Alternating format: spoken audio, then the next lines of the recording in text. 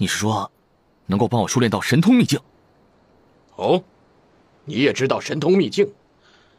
看来你偷学不少东西啊。白海禅再次对方寒刮目相看。偷学到的而已，我还知道肉身有10重境界，第10重境界为神变，肉身修炼到极点，大脑有强大的体魄支持，就会产生出法力，凭借法力修成种种神通。方寒把从巨灵手那儿听到的东西一五一十地复述出来。不错，人的一身，脑是最为神秘的器官，任何武功修炼都修炼不到大脑，这是神通的源泉。我要你做的事情呢，也没有什么别的，先拜我为师，然后你修炼有成之后，第一是在方家寻找机会加入羽化门，一定要学到羽化飞升经。第二是杀了方清雪。羽化门，方家大小姐，方清雪。方寒再次震惊，他知道方家的祖先是传说之中羽化门仙人的一名弟子，在100年前随大黎太祖扫平天下，而方家大小姐方清雪亦是在羽化门学艺，修的是神仙之道。不过加入羽化门似乎并不出人头地，王侯将相宁有种乎？我若出人头地，可以执掌乾坤，也削平天下，为皇为帝。方寒麻着胆子，嘴里吐出了大逆不道的话来。他知道，面对白海禅这等奇人，越是语不惊人死不休，越是能够得到对方的赏识。你就这等见识？哼，到底还是凡人一个。哪知道白海禅听到他这个话，反而是冷笑。想真正的出人头地，是修炼到神通秘境之后的长生秘境，为仙道10大门派的掌教，掌握一教，威震寰宇，万国朝贡。白海禅似乎是看穿了方寒心中的想法。大黎王朝虽然疆域广大，人口亿万，其实在仙道10大门派眼中，也不过是一个凡物而已。像魔道无上魔帝，先天大帝如果心念一动，对大黎王朝不满，随时可以把整个大黎王朝灭绝100次。先天大帝手下弟子掌握的波月王朝、大孙王朝、大始王朝等数十个王朝，哪一个王朝的土地都不在大黎王朝之下。天下居然有这么多王朝，先天大帝是什么人物啊？居然敢称帝！方寒彻彻底底的震惊了。他在方家为奴，眼界也算不错，但也知道普天之下莫非王土，以为整个天下都是大黎王朝的，却不知道天下居然还有这么多的王朝国家，那整个世界得有多大呀？白海禅看着方寒的眼神，就好像看一个傻子。天下大着呢，天上也大着呢，虚空也大着呢，心有多大，世界就有多大。我不得不帮你开一开眼界。先天大帝是魔道的无上魔帝，和仙道10大门派鼎立，万寿万年。大黎王朝的皇帝号称万岁，其实他能够活过万岁吗？而先天大帝就能够活过万岁。仙道10大门派哪一个修炼到神通秘境的弟子来到大黎王朝，那些王公贵族都得奉为上宾，生怕招待不周。这次方清雪修炼到了神通秘境，只怕立刻就要被大黎王朝封为公主，死命笼络。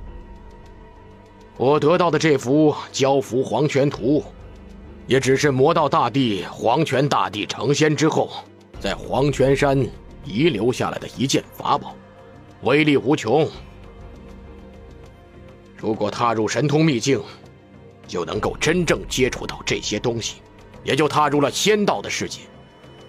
不踏入神通秘境，就一辈子在王朝之中厮混，做个磕头虫吧。可惜呀，可惜，我有希望踏入神通秘境，但是却功亏一篑。好了，这些都是给你开眼界的东西。你真正要接触到这些东西，那还得依靠方家进入羽化门再说。行了，说那么多，你现在拜师吧，我没多少时间了。时间不多了。方寒正听得神驰八方，外面的世界居然这样精彩。不错，我中了方清雪一记紫电阴雷刀，全身生机断绝，最多只能活上一小会儿。这紫电阴雷刀乃是羽化门8大神通之一，运用自身法力采集各种雷电真火五行精气，杀伤力极大。白海禅喘息了一口气，刚刚是9窍金丹的药力让我清醒过来。9窍金丹能恢复你的伤势？9窍金丹乃是天下第一固本培元的药物，我如果在没有受伤之前服用这药，就会踏入神通秘境，但是现在不行了。师父在上，请受徒儿一拜。方寒没有半点犹豫地拜下去了，这是自己的一个大好机会，不拜白不拜。看见方寒一连磕了3个头之后，白海禅点点头。好，从现在开始，你就是我群星门的一名弟子。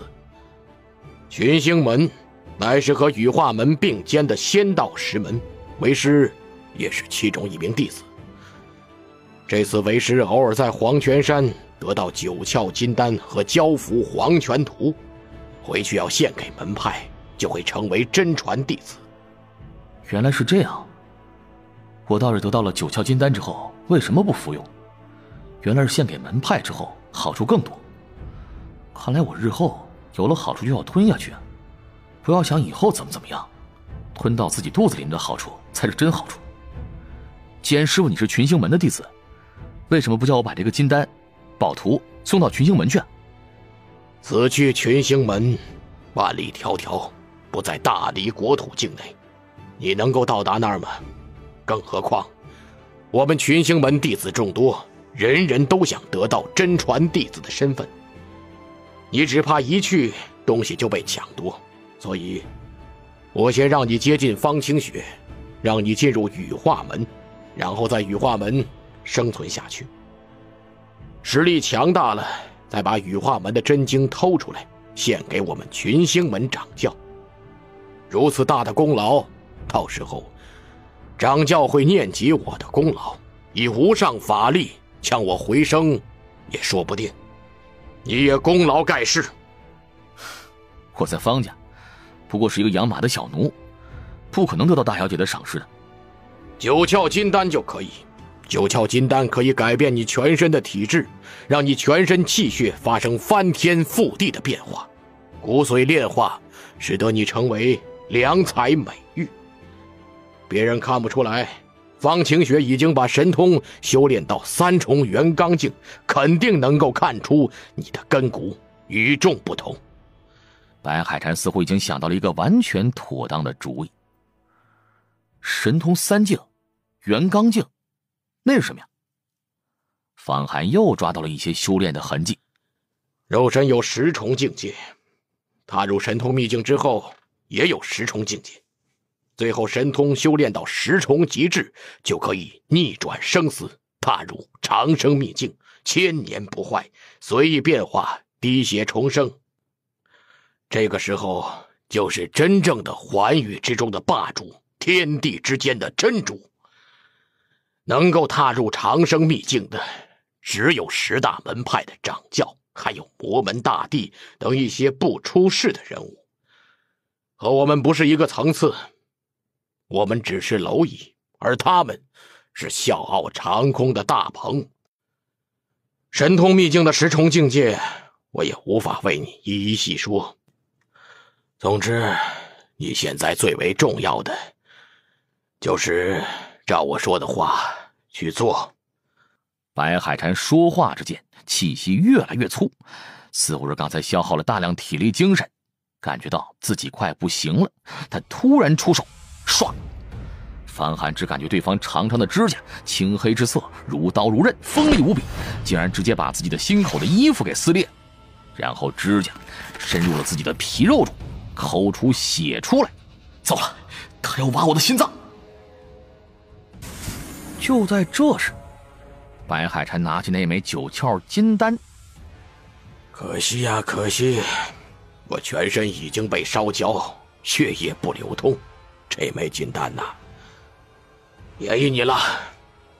说话间，他把九窍金丹一按，竟然生生的把这枚金丹从方寒心口划出的口子中按下去，一下子缝合在血肉里。九窍金丹的使用方法不是吞服，也不是外敷，就算吞服下去，它也不会消化，还会原原本本的拉出来。唯一使用它的方法，就是从心脏处开一个空洞，把它缝合进去，然后借助心脏血液循环的力量，不断的冲刷它，它的药力就会不断的融入血液之中，最后把血液重新换过一遍，从而发毛洗髓，脱胎换骨。到时候你修炼任何武功都是一日千里。真是疼啊！方寒心口的皮肉被指甲戳开，痛不欲生，咬牙忍住。不过随后就苦尽甘来，那九窍金丹一缝合进心脏口处的血肉中，顿时就药力开始发散，那被划开的皮肉就开始凝练，血也止住了，最后只剩下了一条淡淡的红痕。随后他全身无比的清凉，嘴唇之中不停地分泌着香甜的津液，咕咚咕咚吞服到肚子里，不停的臭气从全身毛孔中散发出来。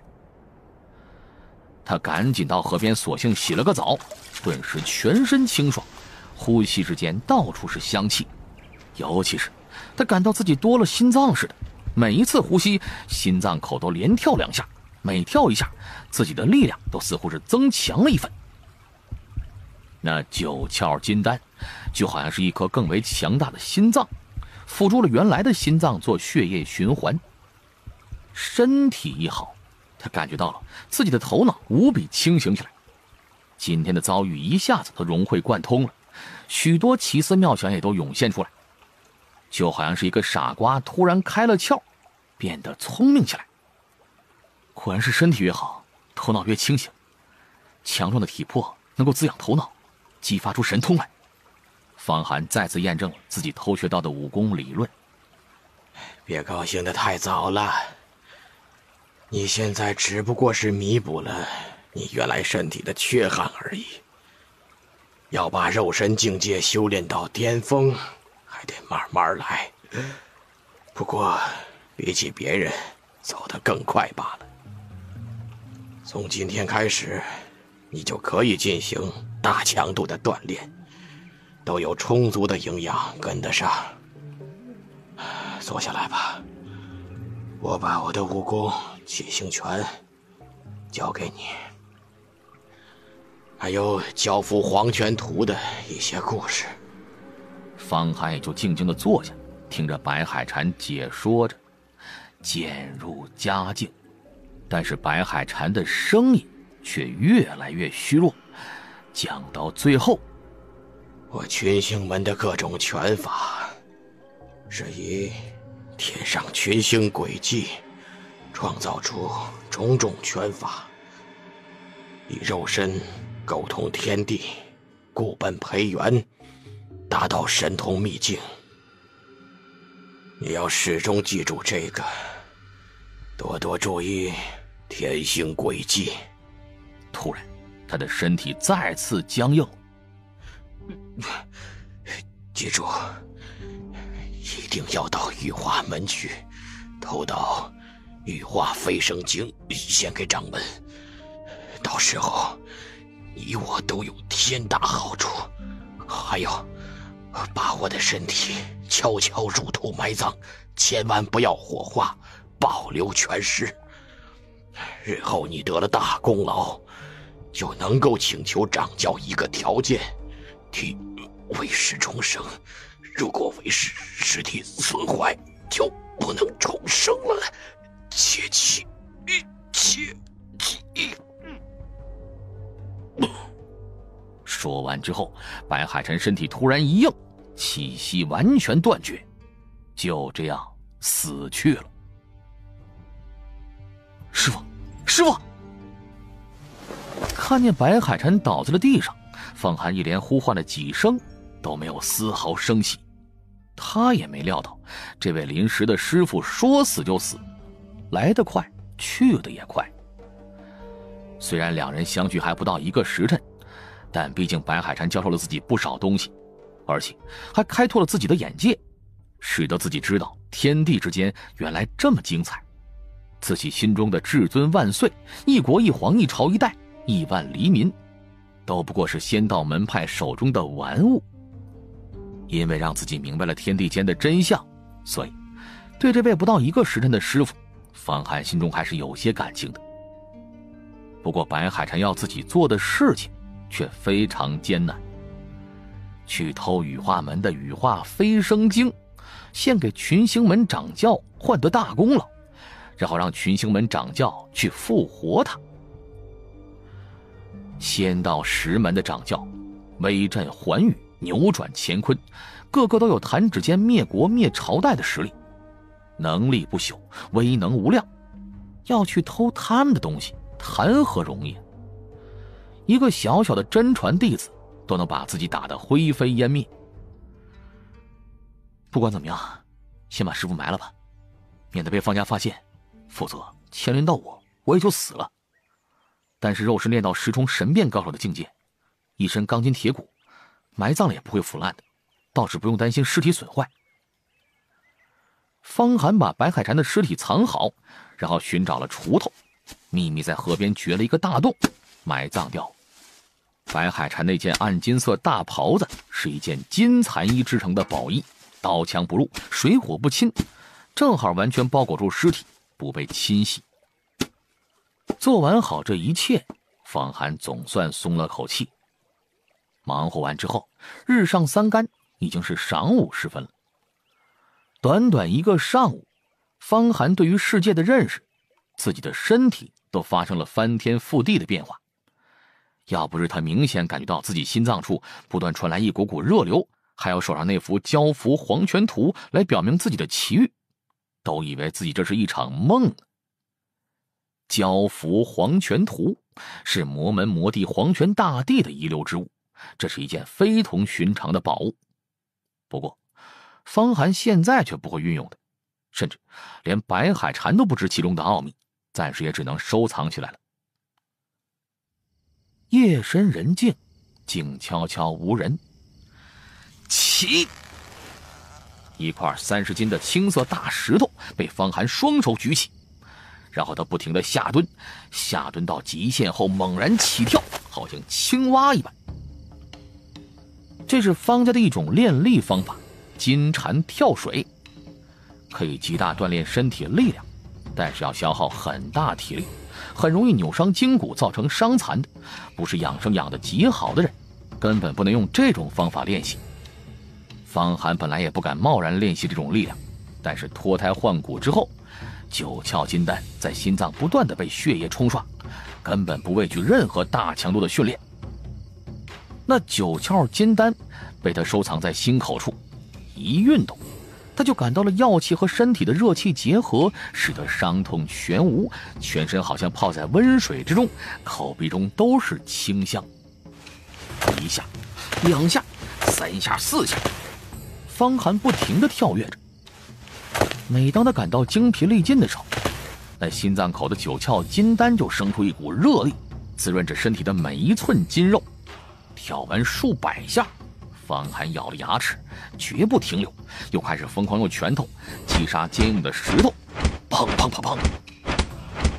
方寒的拳头不停地砸在一块山石上，一拳又一拳，凶猛爆裂，就好像疯牛一般，血肉横飞，骨节咔嚓咔嚓作响，似乎要被打碎了。剧烈的疼痛，钻心的疼痛，使他快要昏死过去，但是他咬牙死死地挺住了。手上模糊的血肉之后，他又飞起左右脚，狠狠的踢击，砰砰砰砰砰，腿踢在石头上，全部都是肿胀乌青，皮开肉绽，再用身体撞击全身各个部位，背、膀子、腰腹、胸、脖子，碰撞坚硬的石头，打得遍体鳞伤。哗！这些训练完成之后，方寒要不顾自己的身体伤势，狠狠地跳跃到了漆黑的河水，不停地游泳，在中间的漩涡激流中搏斗，用尽一切方法，高强度的训练，摧残自己的身体。